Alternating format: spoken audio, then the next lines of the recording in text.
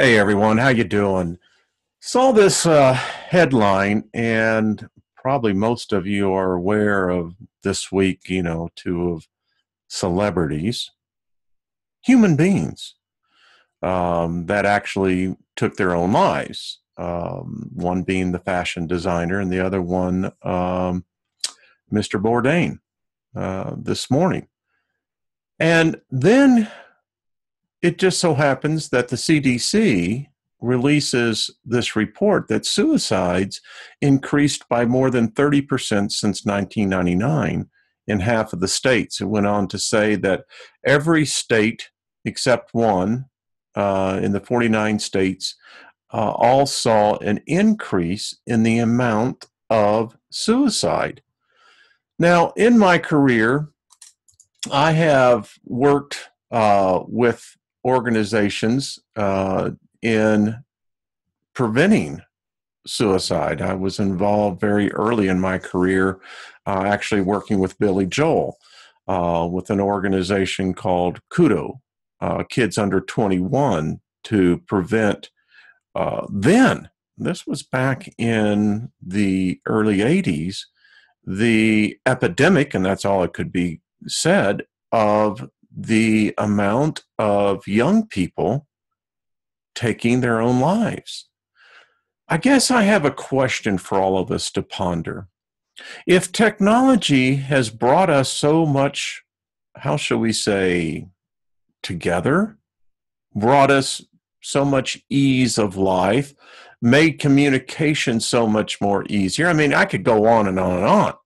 The point is, why is it not curing that which ails us inside? When a person comes to that point of where to take their own life is the only option that they feel that they have left, we think of many times that it's a tormented soul, but many times it's not. Very well known that Robin Williams, when he found out the type of Alzheimer's that he had, decided that taking his own life on his own terms was far more better for him, his family, because he was not going to go through what he knew awaited him.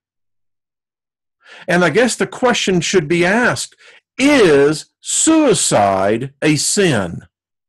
Is suicide a sin against one's own body? I don't think so. Listen, when you become so narrow-minded in your views, especially on the subject of this, how should we say, seriousness,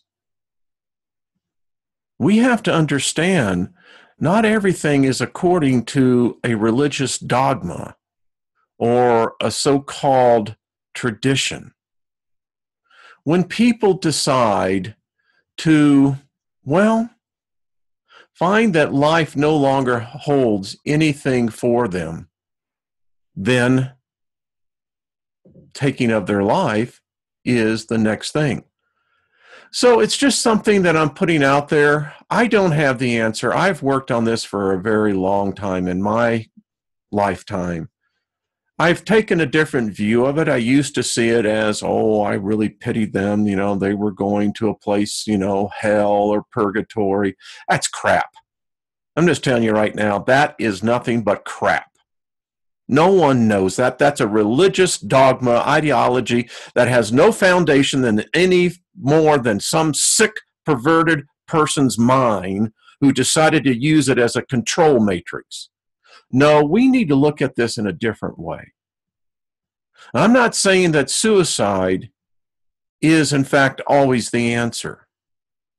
But I'm also saying sometimes it may be the only answer.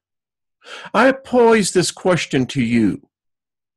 If you were diagnosed today with a terminal disease, and they told you that in the latter stages of this disease, you are going to be in pain like you've never known, it's a good chance your mind will begin to degenerate.